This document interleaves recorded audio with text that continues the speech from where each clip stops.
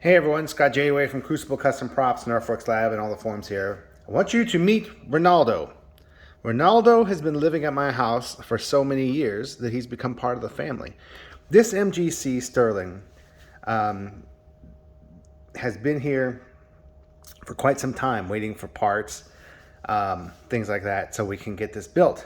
Uh, it's taken up storage space and just kind of sitting around and not really contributing to the household for 2 or 3 years. I don't even know, to be honest.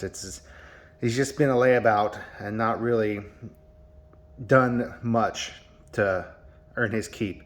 But he's finished and is going to be going to his new home, or his original home, his forever home, soon.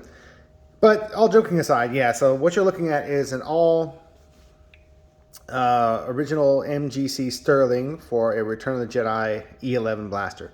So we have some parts. A lot of these parts, nobody really makes a lot of these. The dude on the RPF, Caleb, has made the in different runs, I guess, or all part of the same run. I don't really remember, but he first made these U channels for the T-track area. And then made the scope rail and the hammers and the Browning block here. The R072 sight is an original that was used for this same client's R072 blaster. And the scope is the Field Marshal newest version. So the newest version, the elite version, I think he's going to list it as an elite version, has been reworked. So I've talked about this in the past. The original one, I found that the scaling was off on it, and since we knew that this was a windage knob cap from one of the Boba Fett style scopes, we had this correct scaling so we could get that right. So anyway, the scope has been reworked. This is the new version with the hollow cap, the dimple, the mold line, the slotted screw up front, the correct windage knob, and so that's what you're looking at there. And these are the cast hammers that Caleb's run did. Now these are riveted in. I pulled them as tight as they can get pulled, so they're just for whatever, I guess, because there's just not much to hold them. This greebly is super solid. Everything is super solid except for these hammers. They just kind of wiggle around a little bit, but the rivets are pulled as hard as they can be pulled, and well, that's that. Some of the things we didn't do on this one, we did not rivet the stock here, and we did not rivet the magazine. This will make it a little bit easier to ship. I did mill a little slot in here because the original magazine has a slot in it that catches on the mag release. But that's not really where they put it in Return of the Jedi. Because the original magazine is wide at the top. It's much wider. It fits in there. That's just not how they did it in Return of the Jedi. They just cut these down and they shoved them in here and then riveted the magazine in. So this is it sits where it's supposed to sit forward, and it sits all the way in. The correct depth and everything, but we haven't riveted this in, and that'll make it easier to ship, but also it looks the part. So anyway, what else can I tell you? Pretty straightforward. Really just riveting everything in. Getting all the parts is the toughest part. I did try to keep this functional, and I did mill all of the not really thinking about it, I milled all the slots so that the bolt would slide back and forth and still work. That was the hope. But what I failed to remember was that the spring gets caught on all of the rivets. So you can't really work it. It won't lock back. It would if we didn't have a spring or rivets, it would still work just fine.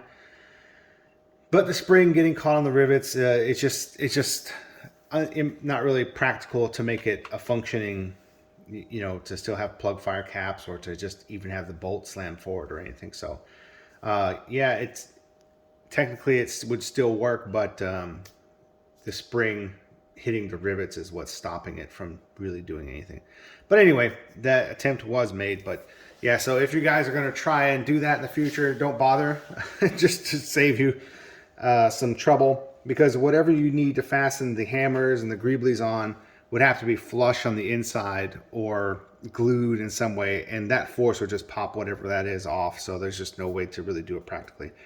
But anyway, here it is in detail. This guy wants it not weathered, not purposely weathered anyway. So you'll see a little bit of a couple nicks in here and there because the paint just will not stick on edges like here. I haven't done anything to it, but just sitting around, putting it on a desk or sitting it down or whatever is going to start to wear the paint off. And I think that's fine. But so there's no extra weathering on this. This is basically how it would have been. And we have photos of the original props as they were originally just painted when ILM was done painting them. And they looked like that. But they'll quickly wear if you're handling it, if you're playing with it. You just rub your skin up against it, like right here. The paint is starting to come off on these hammers here and here. Just tiny little bits. It'll wear if you just pick it up and play with it a little bit.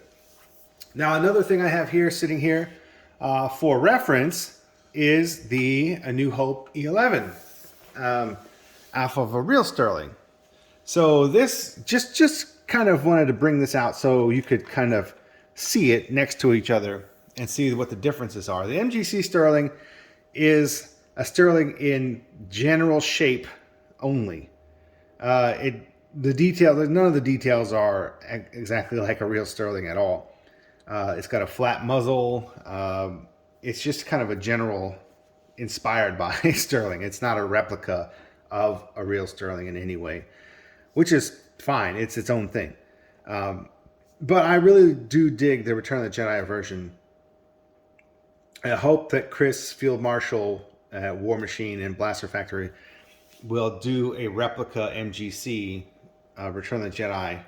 He's already got the hammers, real hammers to replicate. He's got the real Browning part to replicate. I've got one of those. He even has the R07-2. He can replicate that exactly. It would be nothing for him to make a replica rail. And I'm sure that the U-channel things he would be able to do as well. No problem. Scopes he's already got done. So he's got many of the parts done. I did talk to him about this before. And he said the hardest part would be the grip. So he might say he might want to use the real Sterling replica grips here rather than make another new mold, because the molds for grips like that are super duper expensive. But I think that would be the real holdback. I think all this stuff is just, tack welded on or heat riveted or whatever. So I think it's all doable, but it would be a long project, I'm sure. But it would be super cool to have a replica, and it'd probably be easier for him to do it in the correct material, steel. So I don't know. Hopefully that would happen. And if anybody wants that to happen, you guys got to speak up. You got to tell Chris. Tell him that's what you want. But I just wanted to show you guys the difference between a real Sterling E11 from A New Hope and Empire Strikes Back to the Return of the Jedi. It's quite a difference. And these greeblies kind of evolved from like the Pugman blasters that had greeblies on there. But Return of the Jedi ones were all pretty consistent. So very cool. But that's it. So here's the real MGC, Return of the Jedi E11, and a real Sterling A New Hope E11. That's your differences right there. From the first movie to the last. And this is super cool. I need to get one of these. Or sell the real one and get one of these. I don't know. Anybody want to spend a stupid amount of money on that? You let me know. But yeah, it'll be super cool. All right. Thanks for watching, guys.